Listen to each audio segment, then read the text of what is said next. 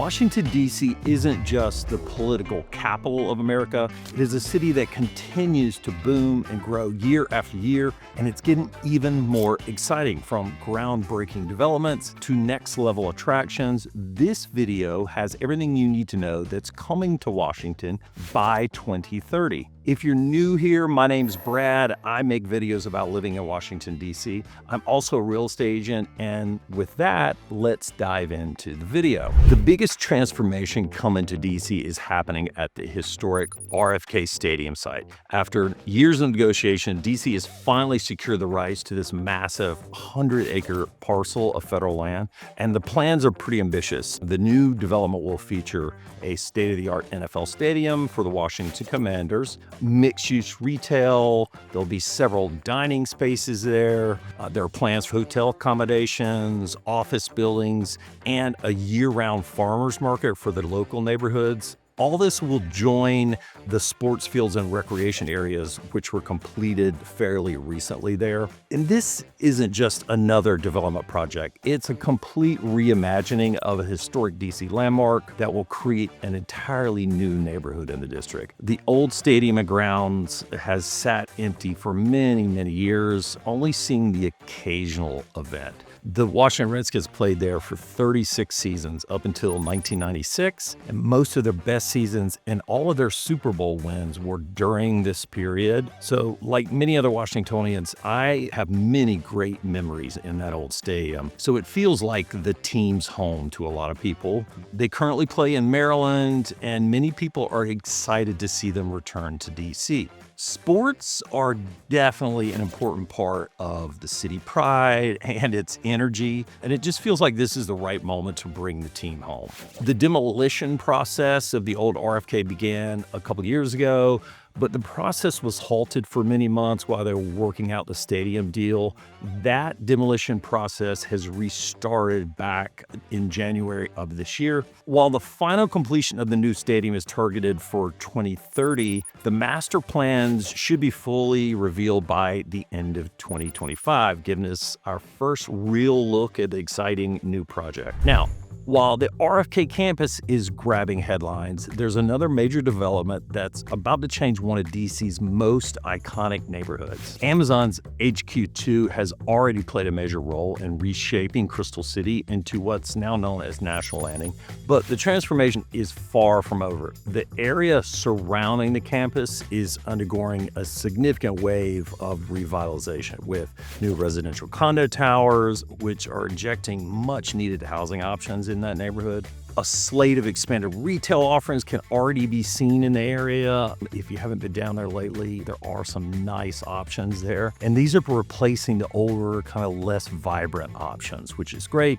At the same time, transportation infrastructure is being upgraded to better accommodate the growing area and provide easy access to Reagan Airport. New office developments are in the works to attract businesses, which always helps fuel the local economy. There are many tech companies that are moving into the area that support Amazon's operations. And there are currently 5,000 jobs that have been created from Amazon HQ2, and by the end of its development, an additional 20,000 jobs are estimated to be completed. The ripple effects of Amazon's presence continue to elevate the Arlington market, with even more projects expected to be announced in 2025. Public spaces are also getting modern updates, which is really helping create a more welcoming and connected neighborhood down there. However, the most compelling trend isn't what's being built from the ground up. It's about how DC is reimagining and repurposing the buildings it already has. With so many people now working remotely, office demand is shifting nationwide, and DC is at the forefront of a revolutionary change in urban development. It's the office to residential conversions. The district currently has around 20 conversions in the pipeline. Some of the notable projects include the Universal Complex near DuPont Circle next to the Washington Hilton,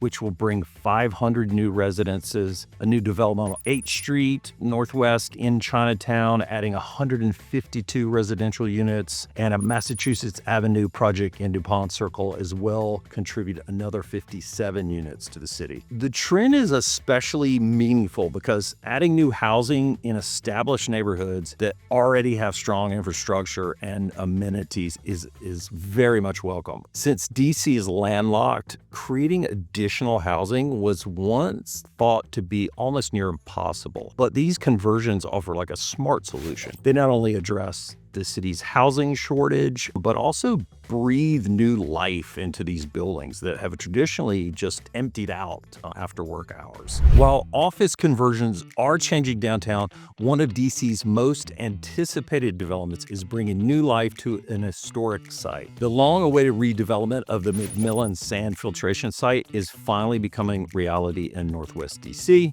The historic site filtered DC's water supply for decades, but had long been abandoned. It's being transformed into a vibrant mixed-use community, but they're doing it while preserving some of its unique architecture. The new project is called the Reservoir District at McMillan. It includes some luxury townhomes, 3 to 5 bedrooms between 1,500 and 3,000 square feet, and those prices range from $800,000 to $1.7 million. There will be 150 total units. 60 have already been sold, and the first residences just moved in a couple of weeks ago. There's also a brand new community center, sports fields, and some public gathering spaces for the nearby neighborhoods. I attended the grand opening of Phase 1 for the public spaces last year. It's really a beautiful, modern-looking area now. And while it hasn't been officially announced, a major grocery chain is rumored to be the anchor retail tenant. What's unique is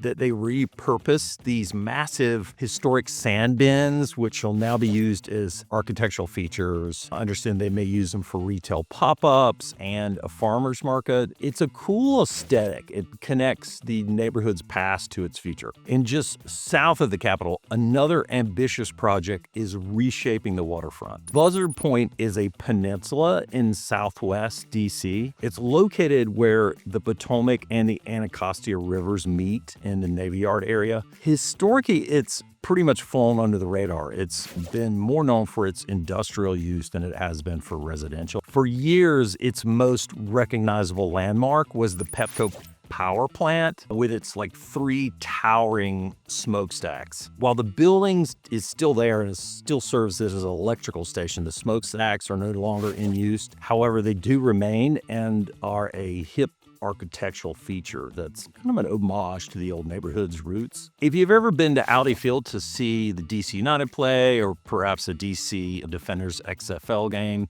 Buzzard Point is right behind Audi Field. Today, the peninsula is in the midst of a dramatic transformation, with the old smokestacks leading the charge. Many of the mixed-use elements are set to be completed in 2025, which will feature multiple residential buildings with ground floor retail. There'll be some small parks right on the water. Now, there are some existing elements in the neighborhood already completed, including the Peninsula 88. It's a boutique condo building, and it has some amazing water views. The building features a panoramic rooftop for residents overlooking the water, and it looks back at Audi Field and Nats Park. In the base of that building, there's a very chic restaurant that sits on the water there called The Point.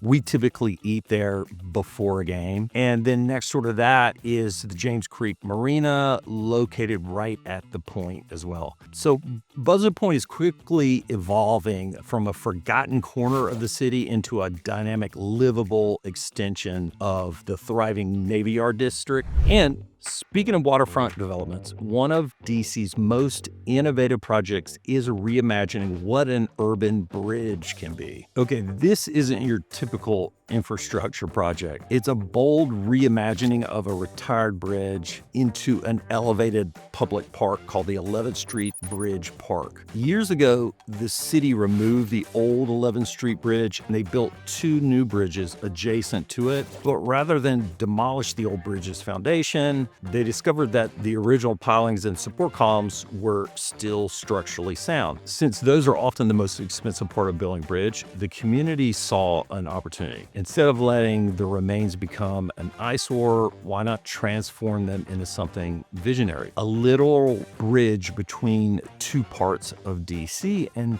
two different neighborhoods. What's now taking shape is a stunning elevated park that will create an outdoor performance space, a playground. They'll have public art and kayak and canoe launches. It will literally connect communities across the Anacostia River while providing unmatched views of the city skyline. The old structure will turn into a new vibrant destination for both residents and visitors. So while these projects focus on the neighborhood transformation, a major cultural institution is about to make its mark on the city. Breaking ground this year is an ambitious $475 million project, which will create a 270,000 square foot museum campus with 100,000 square feet of gallery space, a ceremonial courtyard, and a marquee gallery space. The new building will be positioned just outside the Washington Navy Yard in D.C. It will be the National Museum of the U.S. Navy and is meant to replace the Navy's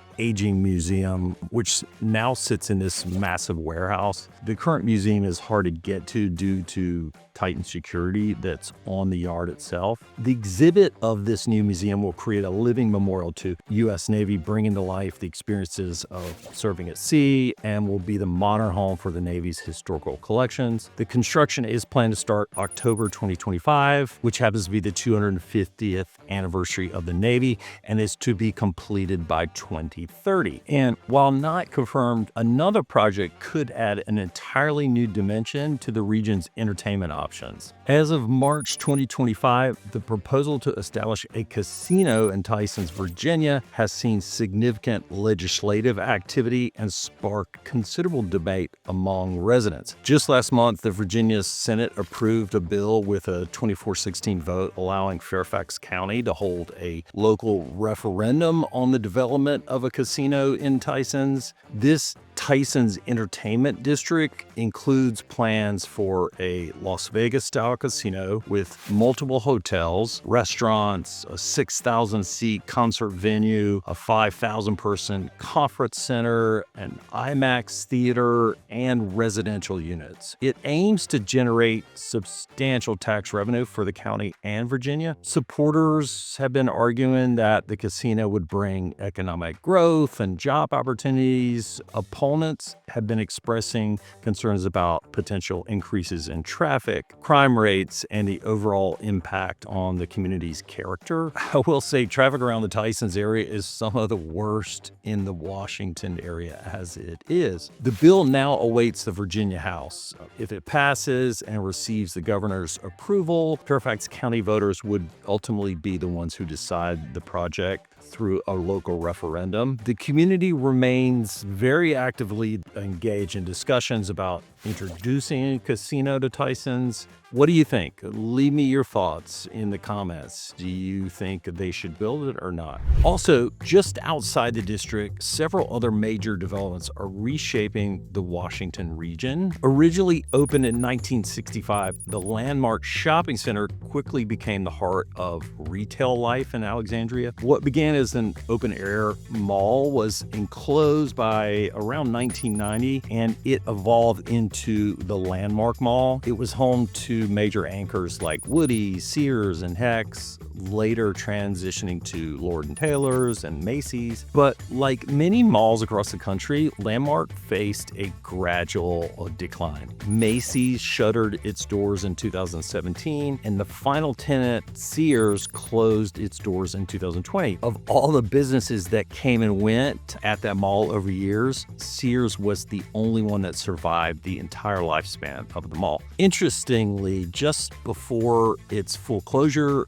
The mall made a cameo in Wonder Woman 1984, the movie, where it played the role of the retro Southfields Mall for several of the key scenes. Now, a new chapter is being written. It's West End Alexandria. The redevelopment is currently underway and will bring approximately 4 million square feet of new mixed-use space to the city, including the relocation expansion of Innova's Alexandria Hospital. The whole thing is to be completed by 2028. West End will feature a mix of residential, retail, and entertainment, including 2 open-air restaurant pavilions, rooftop gathering spaces, walking trails, skating rink, and even some pickleball courts. Funny enough, there is one piece of the original landmark mall that will survive in the new project. It's the 3-level parking garage, which is being repurposed as part of the redevelopment. It's the only thing they're saving.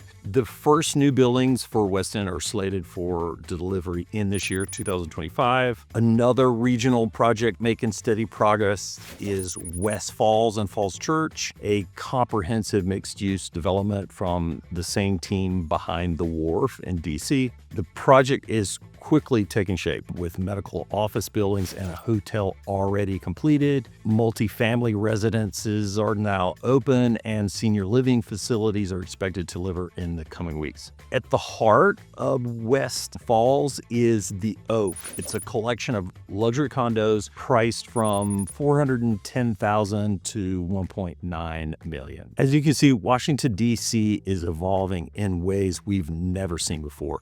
And these projects are just the beginning. If you're as excited about DC's future as we are, hit that like button and subscribe so you don't miss out on more updates. Let me know in the comments which of these projects excite you the most. And if you're thinking about making a move to DC, reach out. I'd love to help you find the perfect place. If you found this helpful, you'll love my next video. Click here to check it out and see if Washington, D.C. is the best place for you.